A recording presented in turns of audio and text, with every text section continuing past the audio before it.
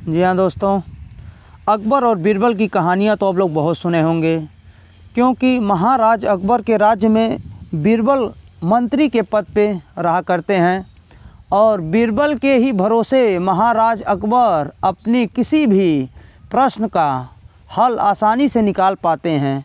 जब भी दुविधा में होते हैं तो बीरबल का याद करते हैं और बीरबल हमेशा से ही महाराज अकबर के प्रशंसक बने हुए रहते हैं। जी हाँ, एक बार की बात है, बादशाह अकबर और बीरबल महल के बाग में टहल रहे थे, शहंशाह मूड में थे।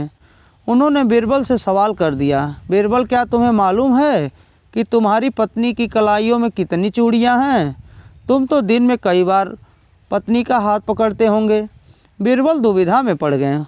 उन्होंने तो कभी इस पर ध्यान ही नहीं दिया था। बीरबल कुछ देर चुप रहे, फिर बोले, हुजूर, मेरा हाथ तो पत्नी के हाथ को कभी कभार ही पकड़ता है, लेकिन हुजूर, क्या आप बता सकते हैं कि आपकी दाढ़ी में कितने बाल हैं?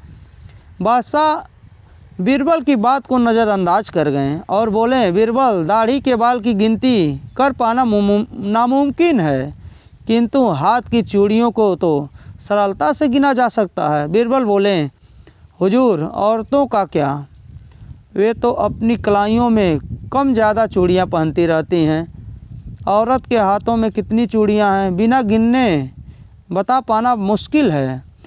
आप तो महल में प्रतिदिन ही जाते आते हैं। ऊपरी मंजिल पर जाने के लिए आप कितनी सीढ़ियाँ चढ़ते हैं? सीढ़ियाँ तो चढ़ते ही होंगे।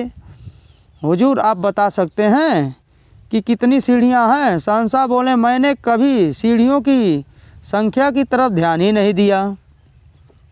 बीरबल हंसते हुए बोले, जहाँपना, सीढ़ियों को तो घटाया बढ़ाया भी नहीं जा सकता। वे वर्षों से एक ही संख्या में हैं, फिर भी वे कितनी हैं आपको मालूम नहीं, तो भला मैं हर माह घटने बढ़ने वाली चूड़ियों की संख्या कैसे बता सकता हूँ? फिर भी मैं दोषी हूँ तो बंदे की गर्दन हाजिर है। जी हाँ दोस्तों, वीडियो पसंद आया हो तो लाइक और सब्सक्राइब जरूर करिएगा, साथ ही साथ बेल आइकन का बटन भी दबाना।